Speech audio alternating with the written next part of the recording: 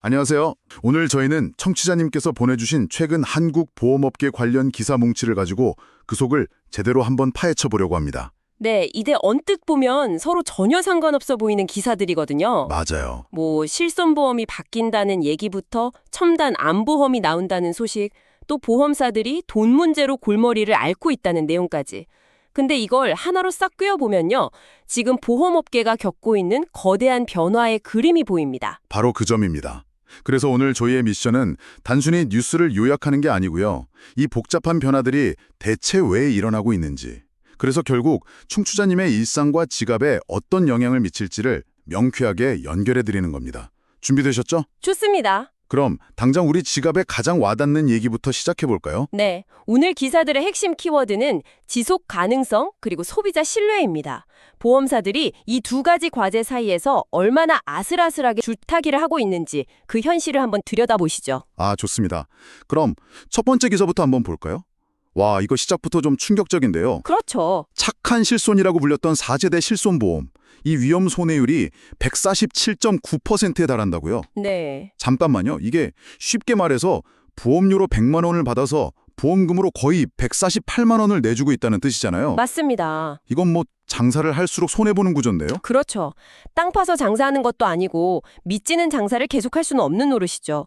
출시 초기에 비하면 손해율이 2.4배나 폭등한 수치고요. 이 때문에 지난 5년간 실손보험 전체의 누적 적자가 무려 10조 원을 넘어섰습니다. 10조요. 네. 사실상 시스템이 붕괴 직전까지 갔다고 봐도 무방합니다. 아니, 도대체 왜 이렇게까지 된 거죠? 기사를 보니까 역시나 뭐 도수치료, 비급여 주사제 같은 일부 항목의 과잉 진료를 원인으로 꼽고 있네요. 네, 항상 나오는 얘기죠. 그런데 몇몇 사람들의 과잉 진료 때문에 왜 전체 가입자가 피해를 봐야 하는 건지 전 이게 좀 납득이 안 가는데요. 바로 그 지점이 이번 개편의 핵심 딜레마입니다. 그래서 나오는 게 바로 5세대 실손보험이라는 좀 더 독해진 버전이죠. 더 독해진 버전이요? 네. 핵심은 비급여 항목에 대한 자기 부담률을 현재 30%에서 50%까지 확 올려버리는 겁니다. 50%요? 그럼 제가 만약에 10만 원짜리 도수 치료를 받으면 예전엔 3만 원만 냈는데 이제는 5만 원을 내야 한다는 거네요? 맞습니다. 이거 부담이 확 커지는데요. 이건 결국 착실하게 보험료 내던 사람들만 처벌하는 셈 아닌가요? 밖에서 보면 충분히 그렇게 보일 수 있죠. 왜 내가 다른 사람들의 의료 쇼핑 비용까지 부담해야 하나? 이런 불만이 터져 나올 수밖에 없고요. 그렇죠. 하지만 금융당국 입장에서 보면 이건 단순히 보험사의 적자를 메워주려는 게 아닙니다. 이건 시스템 전체에 퍼진 도덕적 해이라는 병을 치료하기 위한 뭐랄까 일종의 응급수술에 가깝습니다. 응급수술이요? 네.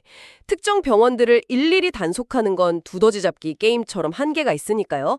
아예 소비자 쪽의 인센티브 구조를 바꾸려는 거죠. 아하. 자기 부담금이 50%가 되면 이 치료가 정말 나에게 꼭 필요한가라는 질문을 스스로 한 번 더 던지게 만드는 효과가 있으니까요. 결국 제도의 지속 가능성을 위한 고력지책인 셈입니다. 하긴 이런 돈 새는 구멍이 의료비뿐만은 아닌 것 같습니다. 자동차 보험 기사를 보니까 이 범퍼 통갈이 문제도 아주 심각하네요. 네, 이것도 고질적인 문제죠. 작년에 범퍼 수리비로는 1조 3천억 원 넘게 지출됐는데 가벼운 손상에만 적용되는 경미 손상 수리 기준이 적용된 경우는 고작 4%에 불과했다고요? 4%면 이건 거의 뭐 제도가 없는 수준인데요. 사실상 유명무실한 상태죠. 살짝 긁혔는데도 정비소에서 이참에 그냥 통으로 바꾸시죠 하면 대부분의 운전자들은 그냥 따르거든요. 그렇죠. 잘 모르니까요. 네. 근본적인 문제는 이 수리 기준이 법적 강제성이 없는 권고사항에 불과하기 때문입니다. 현장에서 지켜도 그만, 안 지켜도 그만인 거죠. 그러니까 보험연구원에서 이걸 아예 법으로 만들고 수리비 공임도 객관적인 데이터를 기반으로 정하자 이렇게 제안하는 거군요. 맞습니다. 결국 범퍼 하나를 불필요하게 통째로 가는 비용이 모이고 모여서 다음 해에 청취자님을 포함한 모든 가입자의 자동차 보험료 인상으로 돌아오는 구조니까요. 내 선택이 공동체의 부담이 되는 이 악순환의 고리를 끈자는 겁니다. 참 흥미롭네요. 한쪽에선 이렇게 허리띠를 졸라매고 있는데 다른 한쪽에선 정말 놀라운 신상품들이 쏟아져 나오고 있어요. 분위기를 바꿔서 이쪽 얘기도 좀 해보죠. 네, 좋습니다. 한화생명의 연속 혈당 측정기 지원 특약 같은 상품은 정말 똑똑한데요? 이건 정말 시대의 필요를 정확히 읽은 상품이죠.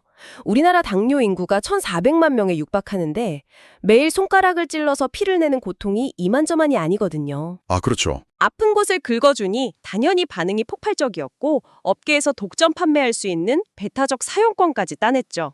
암보험을 진화는 거의 혁신 수준입니다.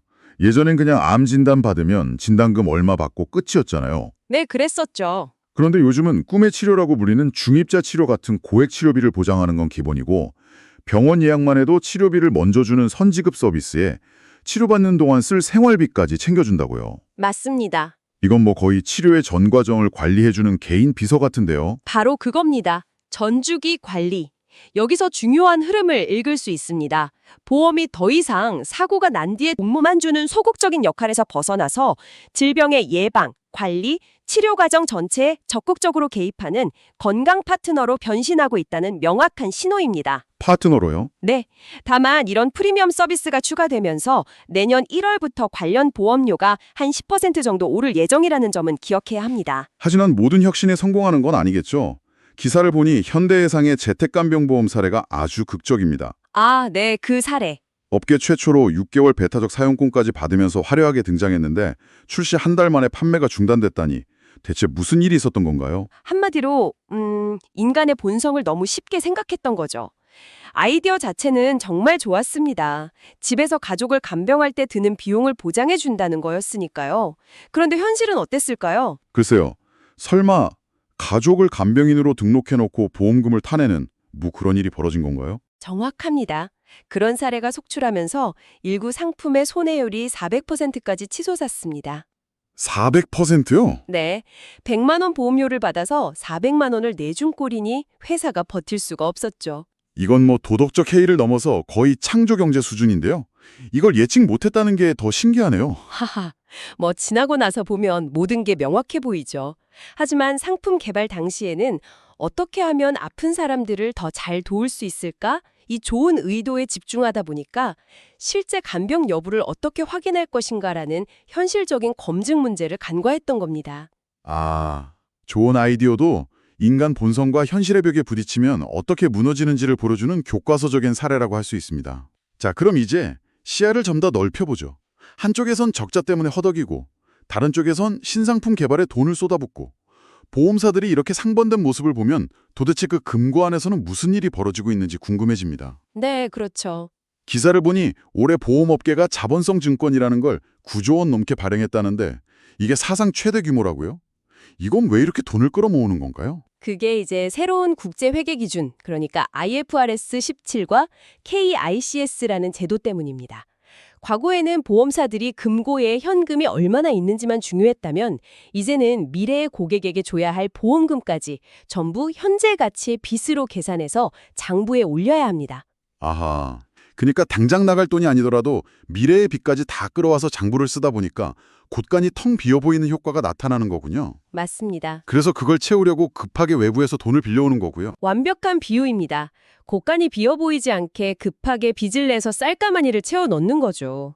근데 문제는 이 빚에 붙는 이자가 연 4, 5%대로 만만치가 않다는 겁니다. 이자 부담이 크겠네요. 네, 이 이자 비용은 결국 나중에 회사의 수익성을 깎아먹고 주주들에게 돌아갈 배당금을 줄이는 압박 요인이 될 수밖에 없습니다. 회사별로 이 증권 발행 규모가 천차만별인 것도 각 회사의 재무적인 기초 체력이 얼마나 다른지를 보여주는 지표이기도 하고요. 내부 갈등도 아주 흥미롭습니다. 금융당국이 주주들 좋으라고 배당금을 더 줄 수 있게 해약 준비금이라는 규제를 풀어주려고 하는데 손해보험사들이 결사반대를 하고 있다고요? 네. 좋은 일 해준다는데 왜 싫다는 건지 상식적으로 이해가 잘 안 되는데요. 겉으로 보면 정말 이상하죠. 배당 여력을 높여준다는데 마다할 이유가 없어 보이잖아요. 하지만 손해보험사들 입장에서는 이게 조삼모사가 아니라 세금 폭탄으로 이어질 수 있는 아주 민감한 문제입니다. 세금 폭탄이요? 배당 규제를 풀어주는데 왜 세금 폭탄이 되죠? 그게 바로 회계상의 마법 때문입니다. 이 해약준비금은 미래의 고객이 계약을 해지할 때를 대비해 쌓아두는 돈인데 이걸 덜 쌓아도 된다고 하면 그만큼이 회계장부상 이익으로 잡히게 됩니다. 아, 실제 현금은 들어온 건 아닌데? 그쵸. 실제 현금은 하나도 없는데 장부상 이익만 늘어나는 거죠. 그럼 국세청은 뭘 보고 세금을 매길까요? 아, 그 늘어난 장부상 이익을 보고 세금을 매기겠군요. 바로 그겁니다. 손해보험 업계는 이 규제가 완화되면 당장 내야 할 법인세가 약 1.6조 원에 달할 것으로 보고 있습니다. 당장 현금은 없는데 세금만 1.6조 원을 더 내야 하니 그야말로 마른 하늘의 날벼락인 셈이죠. 와, 좋은 의도의 정책이 현실과 부딪힐 때 어떤 예상치 못한 결과를 낳는지 보여주는 사례입니다. 결국 이 모분 논의는 신뢰라는 단어로 귀결되는 것 같습니다. 과연 이 거대한 보험 시스템이 소비자를 위해 공정하게 작동하고 있는가 하는 근본적인 질문이죠. 맞습니다. 손해사정의 공정성 문제가 계속 나오는 것도 같은 맥락이겠죠? 보험사가 자기 자회사에 손해사정 업무를 맡기는 게 고양이에게 생선을 맡기는 격이란 비판이 많네요. 네, 손해사정의 핵심 가치는 보험사와 소비자 사이에서 철저히 독립성과 객관성 지키는 겁니다. 그런데 보험사의 100% 자회사가 과연 월급 주는 모회사의 이익에 반하는 결정을 내릴 수 있을까요? 어렵겠죠, 아무래도. 구조적으로 매우 어려운 일이죠.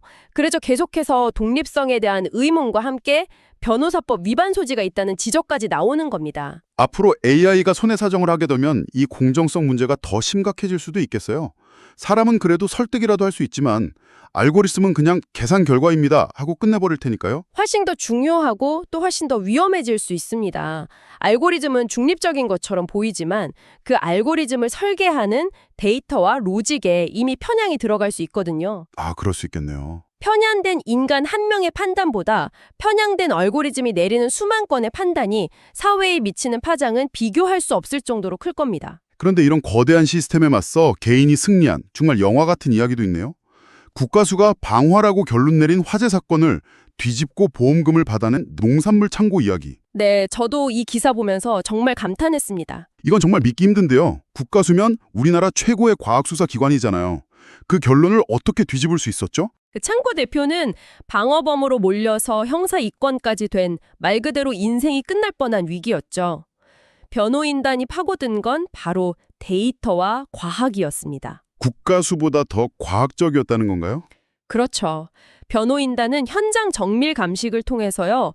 국가수가 불이 여러 곳에서 동시에 시작됐다고 본 다발성 발화 지점의 흔적이 사실은 천장에 있던 전기 배선이 합선되면서 불똥이 바닥으로 뚝뚝 떨어진 자국이라는 걸 물리적으로 증명해냈습니다. 와... 그리고 결정적으로 창고에 있던 여러 개의 열감지기가 거의 동시에 울린 게 아니라 명백한 시간차를 두고 순차적으로 울린 데이터를 찾아냈습니다.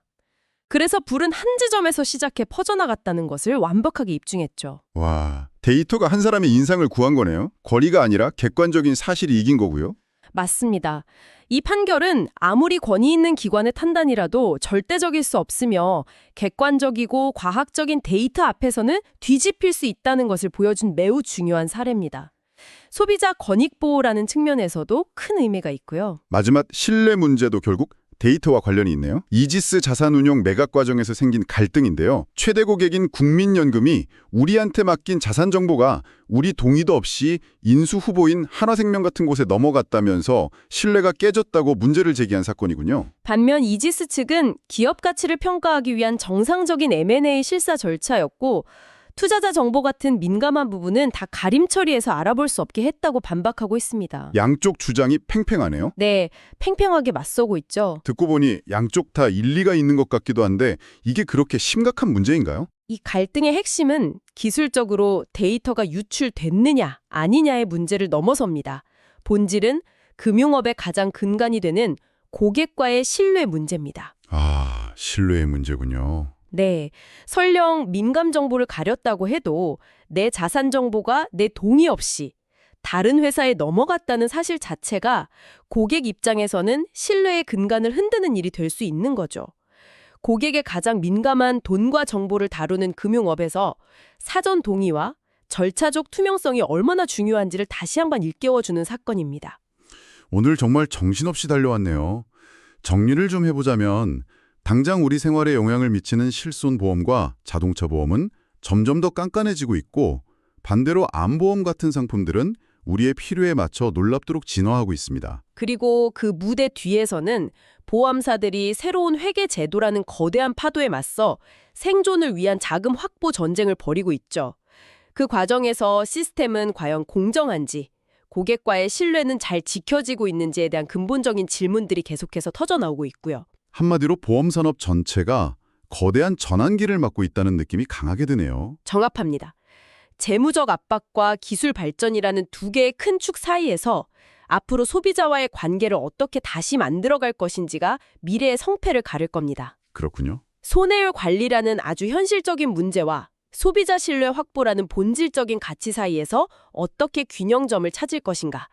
이것이 앞으로 보험업계에 주어진 가장 큰 숙제라고 할 수 있습니다. 자, 오늘 이 긴 이야기를 마무리하면서 청취자님께 마지막으로 생각해 볼 질문 하나를 던져드리고 싶습니다. 오늘 우리는 데이터와 과학이 법정에서 어떻게 진실을 밝혔는지, 그리고 데이터 공유 문제가 어떻게 거대한 비즈니스 갈등의 씨앗이 되는지를 똑똑히 봤습니다. 네. 머지않아 AI가 우리의 도움료를 매기고 우리가 받을 보험금을 심사하는 시대가 올 겁니다. 그때 우리가 던져야 할 궁극적인 질문은 바로 이것이 아닐까요? 내 삶의 데이터를 통제하는 주인은 과연 누구며 알고리즘이 내리는 공정함의 기준은 대체 누가 정하는가?